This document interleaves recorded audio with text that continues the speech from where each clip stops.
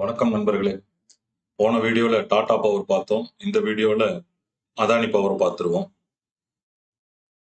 இந்த ஸ்கிரீன்ல தெரியுற இந்த எல்லா டீட்டெயிலும் விரிவா பார்த்துருவோம். வாங்க வீடியோக்குள்ள போவோம். மார்க்கெட் கேப் 58,259 கோடி. பேஸ் வேல்யூ ரூ. 2.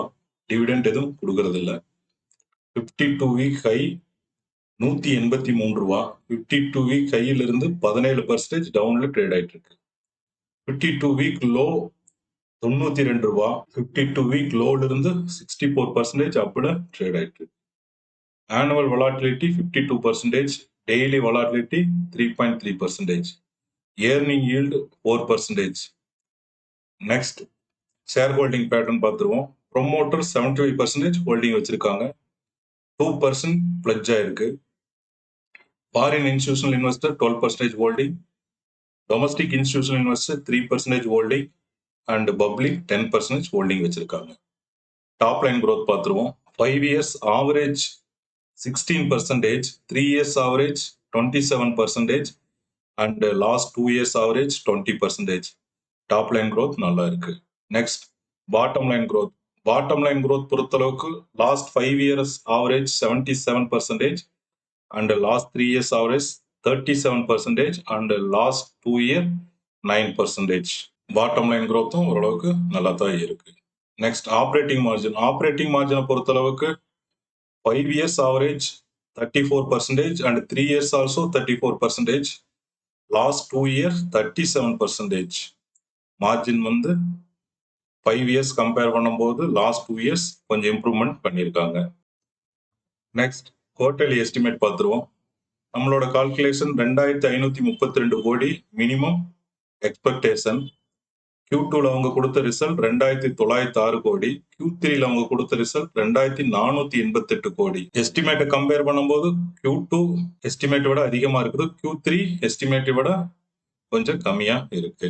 இதே Q2வும் Q3யும் கம்பேர் பண்ணும்போது Q2 விட Q3 17% கம்மியா ரிசல்ட் வந்திருக்கு. நெக்ஸ்ட் ரிலேட்டிவ் வேல்யூவேஷன் பார்த்துருவோம். அதானி பவரோட கம்பேர் பண்ண Tata power, NTPC, power grid and Torrent power இந்த 4 கம்பெனி எடுத்திருக்கோம். மீடியன் பிஇ 23, இவங்களது 25 பிஇல ட்ரேட் ஆயிட்டு இருக்கு. Median price to book 3x, இவங்களது 1xல ட்ரேட் ஆயிட்டு இருக்கு. மீடியன் டெப்ட் டு ஈக்விட்டி 1.16, இவங்களது 0.7 தான் டெப்ட் இருக்கு. எபிட்டா மார்ஜின் 42% மீடியன், இவங்க 43% வச்சிருக்காங்க. Next net profit margin 70% median, இவங்க 23% வச்சிருக்காங்க. Next return on equity median 16%, இவங்களது 23% இருக்கு. அடுத்து return on capital employed 16% median, இவங்க 23% வச்சிருக்காங்க. Next dividend yield median 1% dividend, இவங்களது டிவிடெண்ட் எதுவும் கிடையாது. நெக்ஸ்ட் ஆப்ரேட்டிங் மார்ஜின் மீடியன் 38%, அதே 38% இவங்க மெயின்டைன் பண்றாங்க. அண்ட் கரண்ட் ரேஷியோ 1.38 மீடியன், இவங்க 1.51 மெயின்டைன் பண்றாங்க. அடுத்து இன்ட்ரெஸ்ட் கவரிங் ரேஷியோ மீடியன் 3.8, இவங்க 5.9 வச்சிருக்காங்க. டெப்ட் டு அசெட் மீடியன் 62%, இவங்களுக்கு 50% தான் இருக்கு. நல்ல விஷயம் தான். Next return on asset median 6%, இவங்க 11% வச்சிருக்காங்க. இந்த கம்பேர் பண்ற 4 கம்பெனியும் பார்க்கும்போது ரிட்டர்ன் ஆன் அசெட் இவங்களது தான் நல்லா இருக்கு. Next price to sales around 3x, இவங்களது 1xல ட்ரேட் ஆயிட்டு இருக்குது. அடுத்தது EPS growth மீடியன் 8%, இங்க EPS growth -76%. எல்லா ரேஷியோ அனலைஸையும் பீட் பண்ணது இங்க EPSல வந்து மிஸ் பண்ணிருச்சு. நெக்ஸ்ட் டெக்னிக்கல் அனலைஸ் பார்த்துருவோம். 5 years வீக்லி சார்ட். ஹை ரூ. 182, செப்டம்பர் 2025ல வந்த ஹை. லோ ரூ. 14, ஆகஸ்ட் 2021ல வந்த லோ. இப்ப ஸ்டாக் வந்து நியர்பை ஹை கிட்ட ட்ரேட் ஆயிட்டு இருக்கு. இதே லாஸ்ட் 1 year பார்த்துருவோம். லாஸ்ட் 1 year பொறுத்தளவு ஹை அதே ரூ. 182 செப்டம்பர் 2025ல வந்த ஹை. லோ ரூ. 92 ஏப்ரல் 2025 வந்த லோ. இப்ப ஸ்டாக் பார்க்கும்போது சைட்வேஸ்ல போற மாதிரி தெரியுது. நெக்ஸ்ட் இண்டஸ்ட்ரி பிரைஸ் கம்பேரிசன் பார்த்துருவோம். Last 5 years price comparison. Adani power plus 880%, Tata power 282%, and NDPC 245%, Torrent Power 240%, and Power Grid 129% plus. இந்த பவர் செக்டார்ல இருக்கிற கம்பெனி எல்லாம் கம்பேர் பண்ணும்போது அதானி பவர் 5 வருஷத்துல இவங்கெல்லாம் 2 மடங்கு 8வது தூரத்துல ட்ரேட் ஆயிட்டு இருக்கு. இதே லாஸ்ட் 1 இயர் பார்த்துருவோம். லாஸ்ட் 1 இயர் பொறுத்தளவுக்கும் Adani power plus 45%, NDPC plus 10%, power grid plus 7%, and Tata power plus 7%, Torrent power nearby 0.5%. 1 year also power செக்டார்ல இருக்கிற எல்லா கம்பெனி கம்பேர் பண்ணும்போது அதானி பவர் டாப்ல இருக்கு.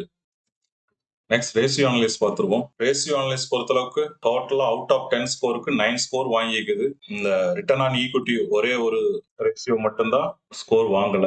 அது பாத்தீங்கன்னா இண்டஸ்ட்ரி ஆவரேஜ் 25 மேல இருக்கணும், இவங்க 23 வச்சிருக்காங்க. ஸோ அதனால அவுட் ஆஃப் 10 ஸ்கோருக்கு 9 ஸ்கோர் வாங்கியிருக்கு. பிரைஸ் டு புக் ரூ. 147, ஸ்டாக் ட்ரேட் ஆயிட்டு இருக்கிறது ரூ. 152, நியர்பை புக் வேல்யூ பக்கத்துல தான் ட்ரேட் ஆயிட்டு இருக்கு. PG ratio also 0.3 and EBITDA enterprise value to EBITDA 3.8 எல்லாமே நல்லா தான் இருக்கு. ரிட்டர்ன் ஆன் அசெட் மட்டும் இண்டஸ்ட்ரி மீடியன் 30 இருக்கணும், இவங்க 50 வச்சிருக்காங்க.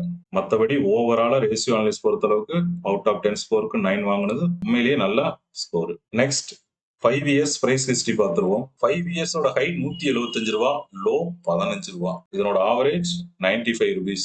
ஆவரேஜ் பிரைஸ்க்கும் கரண்ட் மார்க்கெட் பிரைஸ்க்கும் கம்பேர் பண்ணும்போது 60% ஆவரேஜ் பிரைஸ் விட கரண்ட் மார்க்கெட் பிரைஸ் அதிகமா ட்ரேட் ஆயிட்டு இருக்கு. நெக்ஸ்ட் ஐவி அண்ட் ஐஎம்பி பார்த்துருவோம். Intrinsic value ₹580, implied market price ₹75. So இது ரெண்டையும் கூட்டி ஆவரேஜ் பண்ணும்போது நம்மளுக்கு கிடைக்கக்கூடிய average IV and IMP ₹327. ₹327 margin of safety 9% கழிக்க நம்மளுக்கு கிடைக்கக்கூடிய பையிங் பிரைஸ் 298. இந்த பையிங் பிரைஸ்ல இருந்து கரண்ட் மார்க்கெட் பிரைஸை கம்பேர் பண்ண பையிங் பிரைஸ் விட கரண்ட் மார்க்கெட் பிரைஸ் 49% கம்மியா ட்ரேட் ஆயிட்டு இருக்குது. அதனால இங்க கேட்டகரைஸ் ஆனது அன்அட்ராக்டிவ்னு கேட்டகரைஸ் ஆயிருக்குது. பொதுவா 33% மேல மைனஸ் ஆனாலே அன்அட்ராக்டிவ்னு போட்டு வச்சிருப்பேன். காரணம் இந்த ஸ்டாக் மேஜரா ஏதோ ஒரு ஃபேக்டர் ஃபுல்ஃபில் பண்ணாதனாலதான் இந்த மாதிரி மைனஸ் போயிருக்கும்.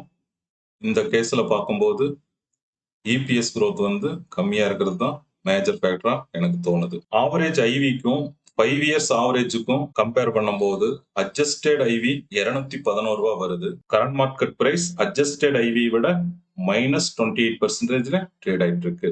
நெக்ஸ்ட் இபிஎஸ் growth பார்த்தோம். 5 years average 26.34, current EPS 6.09. Average EPS விட கரண்ட் இபிஎஸ் ரொம்ப கம்மியா இருக்குது, 76% கம்மியா இருக்குது. நெக்ஸ்ட் பிஇ growth பார்த்துருவோம். Average 5 years PE 2.85, current PE 24.86. Average PE விட கரண்ட் பிஇ 773% அதிகமா ட்ரேட் ஆயிட்டு இருக்குது. அதே இண்டஸ்ட்ரி பிஇ கம்பேர் பண்ணும்போது இண்டஸ்ட்ரி பிஇ 24.6, இவங்க 24.8. ஸோ இண்டஸ்ட்ரி பிஇ விட கரண்ட் பிஇ 1% அதிகமா ட்ரேட் ஆயிட்டு இருக்கு. நெக்ஸ்ட் ஏர்னிங் growth பார்த்துருவோம். இபிஎஸ் growth மைனஸ்ல வருது, ஏர்னிங் growth நியர்பை 9%. ரெண்டையும் கூட்டி ஆவரேஜ் பண்ணும்போது நம்மளுக்கு கிடைக்கிற earning growth rate -34%. Earning growth rate மைனஸ்ல இருக்கு. Okay, thank you. உங்களுக்கு இந்த வீடியோ பிடிச்சிருந்ததுன்னா லைக் பண்ணுங்க அண்ட் சப்ஸ்கிரைப் பண்ணுங்க. தேங்க்யூ ஃபார் வாட்சிங். ஒன்ஸ் அகைன் தேங்க்யூ நண்பர்களே.